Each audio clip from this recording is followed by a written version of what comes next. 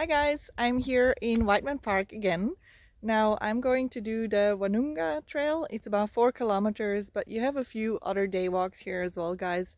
So definitely check out Whiteman Park. There's never any people here, and anyway, we are following the yellow markers, and let's go. If you see one of these, guys, always clean your feet and just follow the instructions. So first, scrub your footwear. So use the brushes for that. And then we put our feet in there, 1 foot at a time. And then we just use the pump, and it'll spray heel to toe, and then you should be ready to go. All right, let's go.